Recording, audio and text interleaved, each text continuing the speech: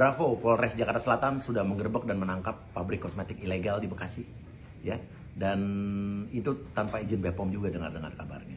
Ingat, beberapa waktu yang lalu saya sudah men-challenge BPOM dan polisi bahwa saya kasih informasi bahwa ada pabrik-pabrik di rumahan yang beredar di sekitar Jabodetabek. Saya punya data bahwa banyak pabrik-pabrik rumahan yang juga memproduksi skincare berbahaya tanpa izin BPOM.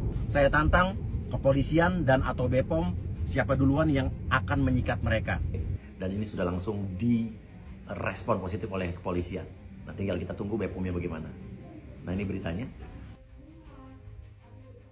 Kami dari Satreskrim Polres Metro Jakarta Selatan, pengungkapan perkara tindak pidana kesehatan dan atau perlindungan konsumen terjadi berawal dari adanya laporan masyarakat tentang adanya dugaan pelanggaran perlindungan konsumen, yang mana pelapor membeli kosmetik yang diduga tidak dilengkapi petunjuk bahasa, label BPOM dan kandungan.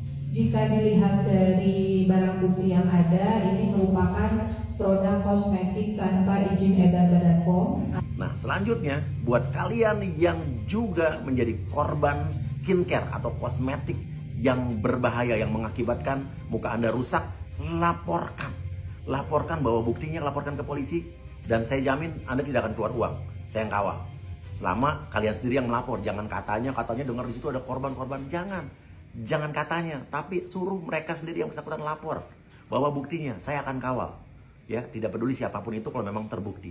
Dan juga untuk yang katanya ada korban skincare overclaim, juga lapor. Kita bisa kenakan undang-undang perlindungan konsumen asal yang bersangkutan sendiri yang merasa dirugikan lapor, bawa buktinya. Jangan cuma bilang mengaku korban, teriak korban di komen-komen sosmed tapi tidak lapor. Karena kalau kalian tidak lapor, kalian tidak bisa menuntut polisi untuk melakukan apa-apa, harus ada laporannya. Kalau nggak ada laporan kan polisi juga nggak bisa ngapa-ngapain.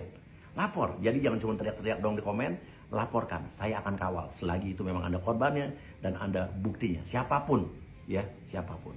Lapor, langsung Anda sendiri yang lapor dan bawa buktinya kalau merasa dirugikan. Oke, saya kawal. Hukum, kita libatkan matematika sedikit nih, plus logika ya. Berapa sih dikasih sama pelapor? 4 miliar. Oke, pelapor membelikan kepada terlapor 4 miliar rupiah. Kalau pelapor bisa memberikan 4 miliar kepada terlapor, berarti berapa besar kesalahan pelapor sehingga dia siap mengguyurkan 4 miliar untuk menutupi kesalahannya. Fokus pada situ.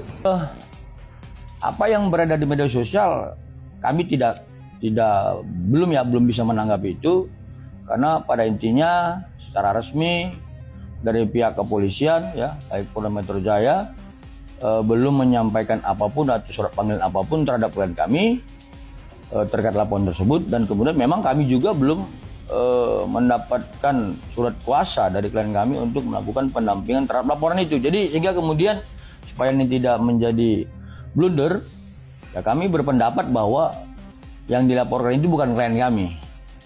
Ya, karena dalam laporan itu jelas dikatakan dalam proses lidik. Dan kemudian kami perlu sampaikan bahwa intisari dari pasal 31 dan 32 itu adalah terkait intersepsi dan penyadapan dan bukan rekaman.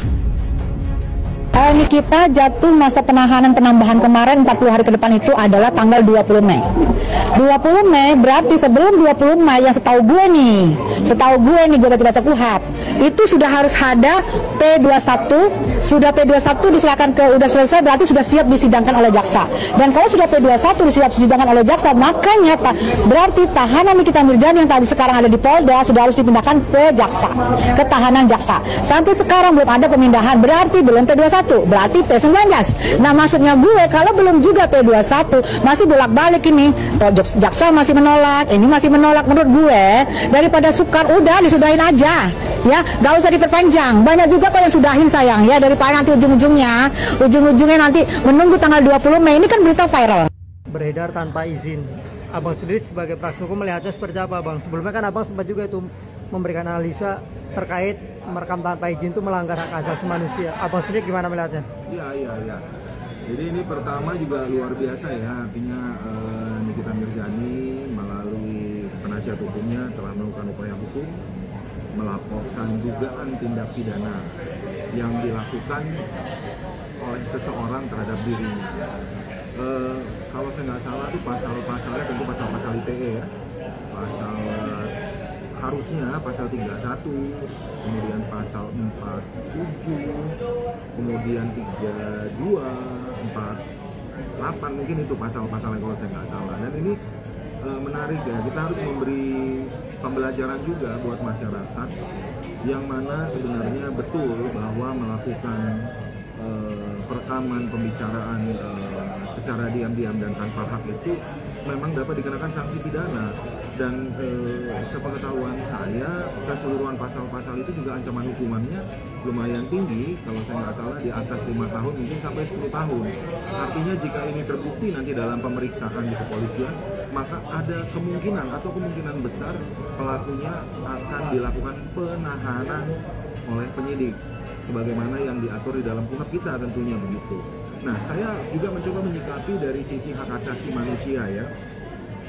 Ada di dalam putusan Mahkamah Konstitusi nomor 20 PUU 8 tahun 2016 kalau saya nggak salah, disampaikan oleh Profesor Muhammad Said Karim. Dia mengatakan ya bahwa jelas-jelas bahwa perekaman yang dilakukan secara diam-diam itu juga melanggar HAM sebagaimana dalam konstitusi kita. Melanggar HAM, apa yang dilanggar yaitu right of privacy atau hak privasi seseorang, dan itu terdapat di putusan Mahkamah Konstitusi dalam perkara tersebut. Nah, sehingga jika nanti perekaman itu tetap dipakai dalam laporan dugaan pemerasan dan pencucian uang terhadap tersangka Nikita Mirzani, maka menurut profesor tersebut bagaimana mungkin satu alat bukti yang diperoleh secara melawan hukum atau bertentangan dengan HAM dapat dihadirkan sebagai alat bukti. Nah, tentunya ini akan menjadi pertimbangan bagi hakim dalam memutus perkara, sehingga saya tetap pada kesimpulan bahwa Nikita Mirzani sangat mungkin akan lepas atau terbebas dari segala masalah ini.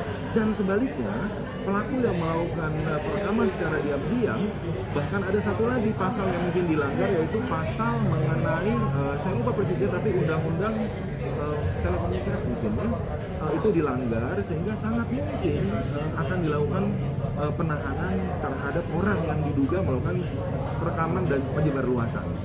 Nah, ini sangat bagus apa yang dilakukan oleh Nikita Mirzani. Mungkin itu. Oke Bang, meskipun alasannya untuk mengungkap sebuah kejahatan atau sebuah perbuatan yang melanggar hukum, gimana Bang? Tetap dibolehkan atau seperti apa? Merekam atau? Mengungkap itu kan tentunya ada cara-cara yang dibenarkan oleh undang-undang ya. Cara-cara yang dibenarkan oleh undang-undang itu dalam konteks pembuktian salah satunya adalah bagaimana kita mendapatkan alat-alat bukti. Jadi jika alat buktinya itu dilakukan secara melawan hukum, atau dalam kalimat saya terdahulu itu adalah unlawful legal evidence, bahkan terjadi pelanggaran HAM terhadap pengumpulan alat bukti, maka itu sangat tidak dibenarkan. Nah, untuk itu sekali lagi mari kita bijak ya, kita mengetahui undang-undang, karena ada satu azas fiksi di dalam undang-undang, yaitu presumption juris yang mengatakan bahwa tidak ada alasan pembenar. Karena ketika undang-undang itu diundangkan, maka dianggap semua orang telah mengetahui. Untuk itu mari kita belajar untuk melihat undang-undang lebih jauh. Tidak bisa kita semena-mena atau kita mentafsirkan sendiri bagaimana untuk mendapatkan alat-alat bukti, dan itu jelas dilarang oleh undang-undang. Itu pandangan saya. Assalamualaikum warahmatullahi wabarakatuh. Saya berkeyakinan dalam kasus Nikita Mirzani berpotensi bebas demi hukum.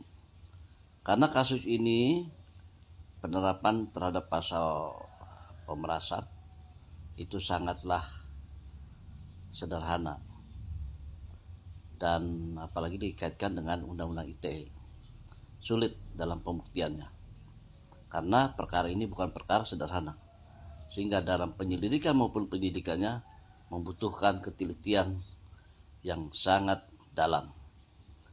Kalau tidak, banyak ruang pembelaan terhadap Nikita Mirzani. Jadi, sekali lagi, sebagai lawyer, insting saya mengatakan bahwa Nikita Mirzani berpotensi bebas demi hukum. Terima kasih. Wassalamualaikum. Kita yang baru dong. Yang baru ini kan udah dipakein. Biar tahu gimana pink alami yang tisunya gimana, ya.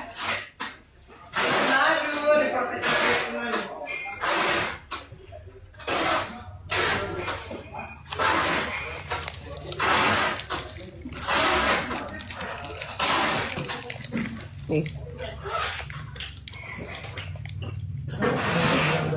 Ini udah. Ini ada tisu ini ya. Ini diproteksi.